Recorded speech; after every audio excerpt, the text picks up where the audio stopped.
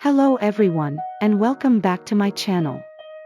In today's video, we're diving into a serious topic, rare flesh-eating bacteria infections. This is a condition that can be alarming, and understanding it is key to prevention and timely treatment. We'll cover what flesh-eating bacteria are, how infections occur, the symptoms to watch out for, risk factors, and importantly, what you can do to protect yourself and seek medical help if needed. I hope this video is informative and helps anyone who wants to learn more about this dangerous infectious disease.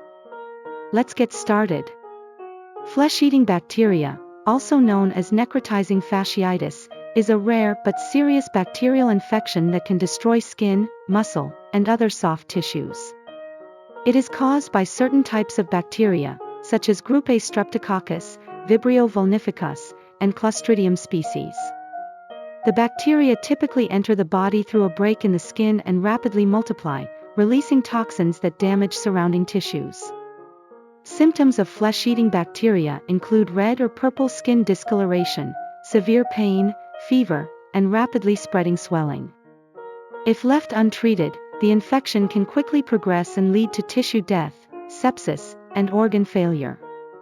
Prompt diagnosis and treatment with antibiotics and surgical debridement are essential to prevent complications and save a person's life. Flesh-eating bacteria infections are rare, but they can be deadly if not recognized and treated promptly. Risk factors for developing necrotizing fasciitis include weakened immune system, chronic medical conditions, open wounds, and certain behaviors such as smoking or drug abuse. Flesh-eating bacteria, also known as necrotizing fasciitis, are caused by various types of bacteria, including Group A Streptococcus, Vibrio vulnificus, and Clostridium species. These bacteria are opportunistic pathogens, meaning they can cause infections in certain conditions when they are able to enter the body through a break in the skin, such as a cut or wound. The physical structure of these bacteria can vary depending on the species. For example, 1. Group A Streptococcus. This bacterium is a spherical or oval-shaped organism that is classified as a gram-positive bacterium.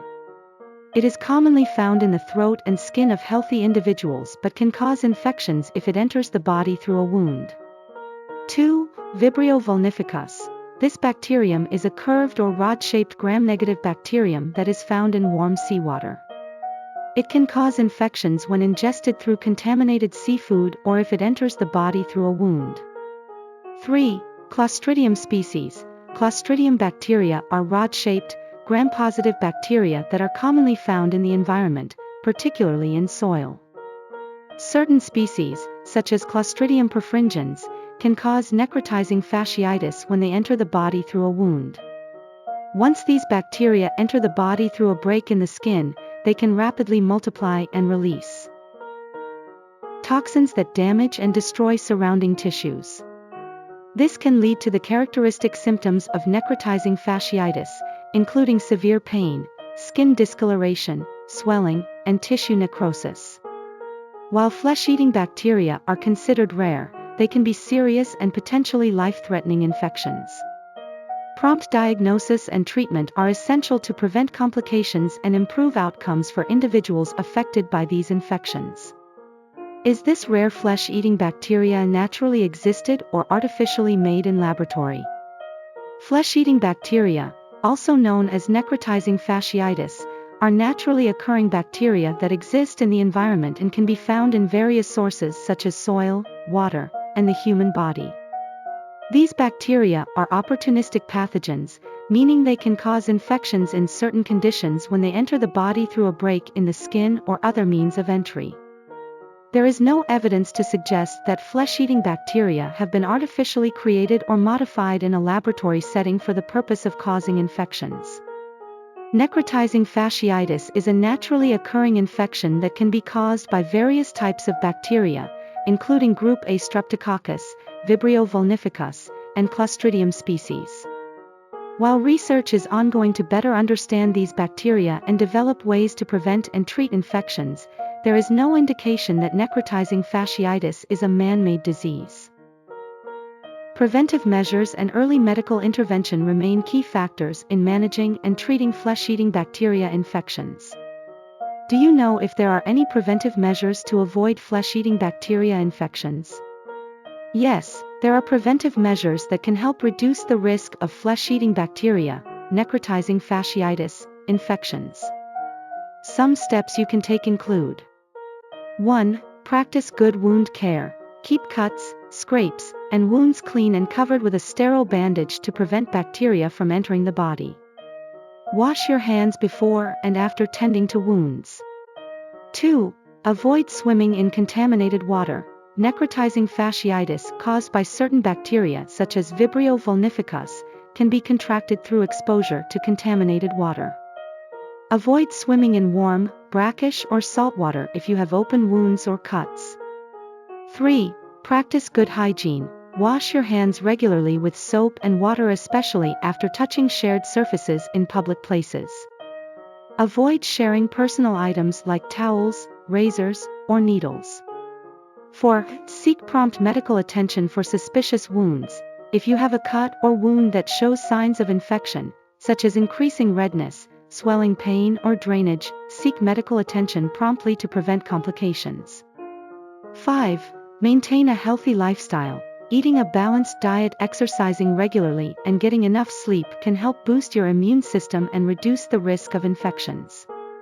It is important to note that while necrotizing fasciitis is a rare infection, taking these preventive measures can help reduce the risk of complications associated with flesh-eating bacteria.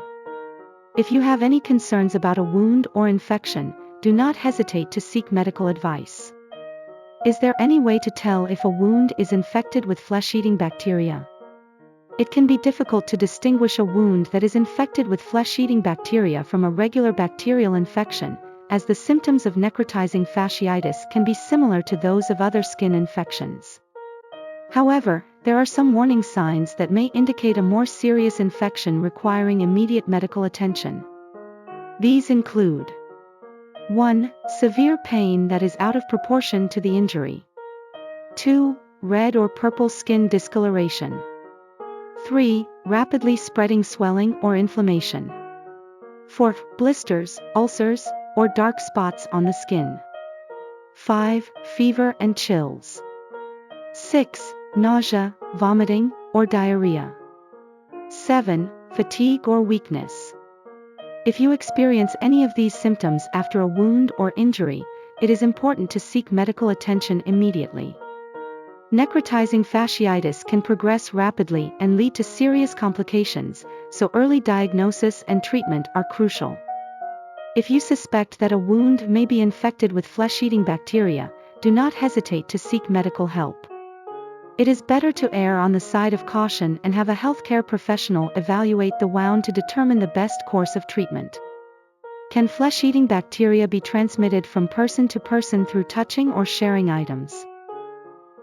Flesh-eating bacteria, or necrotizing fasciitis, is not typically spread from person to person through casual contact or sharing items. The bacteria that cause necrotizing fasciitis typically enter the body through a break in the skin, such as a cut, wound, or surgical incision. In rare cases, the bacteria can be transmitted from person to person through direct contact with infected wounds or contaminated objects. However, it is important to note that necrotizing fasciitis is not considered highly contagious like some other infections caused by bacteria or viruses. The risk of transmission is relatively low, and most cases of necrotizing fasciitis occur in individuals who have underlying health conditions or compromised immune systems.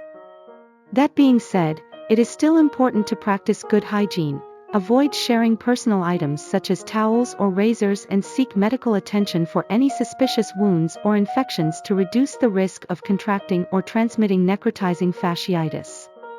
Can flesh-eating bacteria be treated with antibiotics, or is surgery always necessary? The treatment for flesh-eating bacteria, necrotizing fasciitis, typically involves a combination of antibiotics and surgery. Antibiotics are used to help fight the infection and kill the bacteria, while surgery is often necessary to remove the infected tissue and help prevent the infection from spreading further. In cases of necrotizing fasciitis, surgery is usually required to remove dead or damaged tissue, which helps to stop the spread of the infection and allows healthy tissue to heal. This procedure is known as surgical debridement. In some cases, multiple surgeries may be needed to remove all of the infected tissue. While antibiotics can play a crucial role in treating the infection, they are often not sufficient on their own to cure necrotizing fasciitis. Surgical intervention is typically necessary to effectively treat the infection and prevent further complications. It is important for individuals with suspected necrotizing fasciitis to seek immediate medical attention to receive prompt diagnosis and treatment. Early intervention can help improve outcomes and reduce the risk of serious complications associated with flesh-eating bacteria infections. Remember to like, subscribe, and hit the notification bell so you don't miss any of my upcoming content.